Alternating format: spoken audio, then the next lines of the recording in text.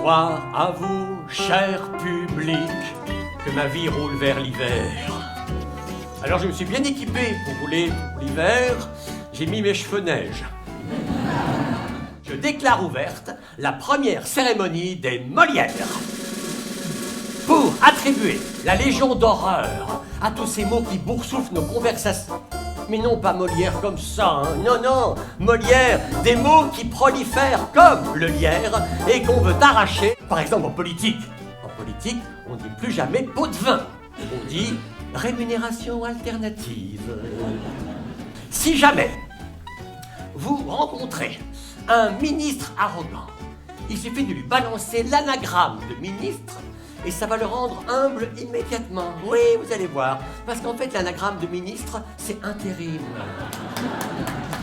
Lorsqu'on va au restaurant et que le garçon vous dit « Alors là, on est sur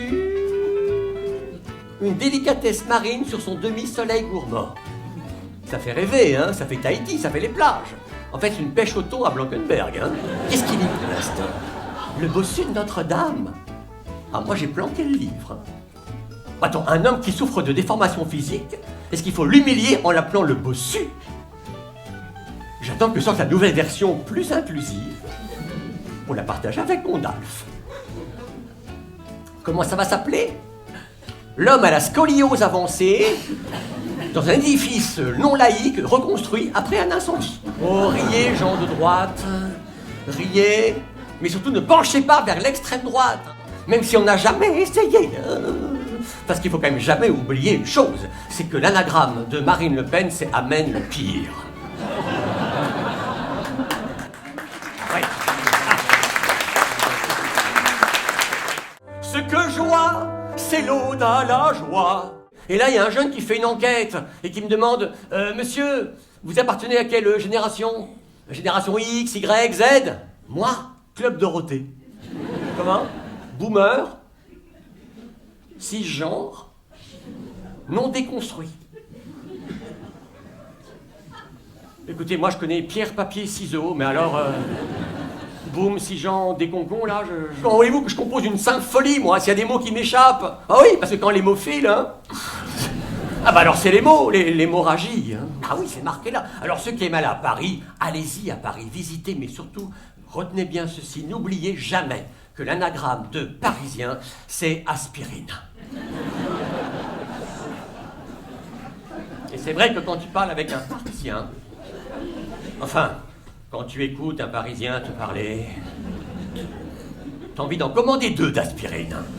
Alors, patriarcat, on a trouvé un mot plus moderne que ça. Aujourd'hui, c'est un mot en anglais qui s'appelle le manspreading.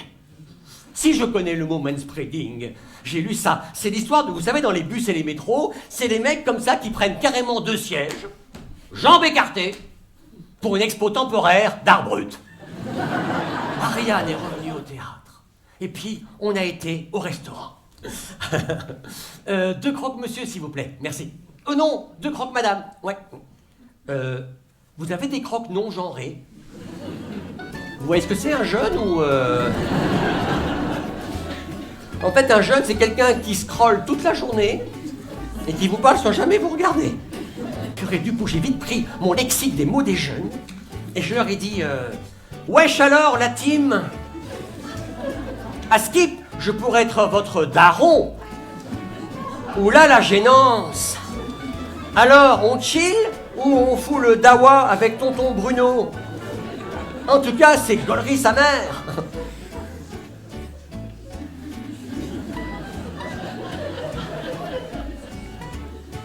Et je suis très heureux que Pablo Picasso n'ait jamais appris de son vivant que l'anagramme de son nom, c'était Pascal Obispo. Parce que qui aurait peint Guernica si Pablo avait commencé à chanter « L'important c'est d'aimer », hein? J'entends pas le triangle. Il est où le triangle? La harpe, elle joue pas ou quoi? Allez, on y va. Que ce que depuis toujours les marguerites du Duras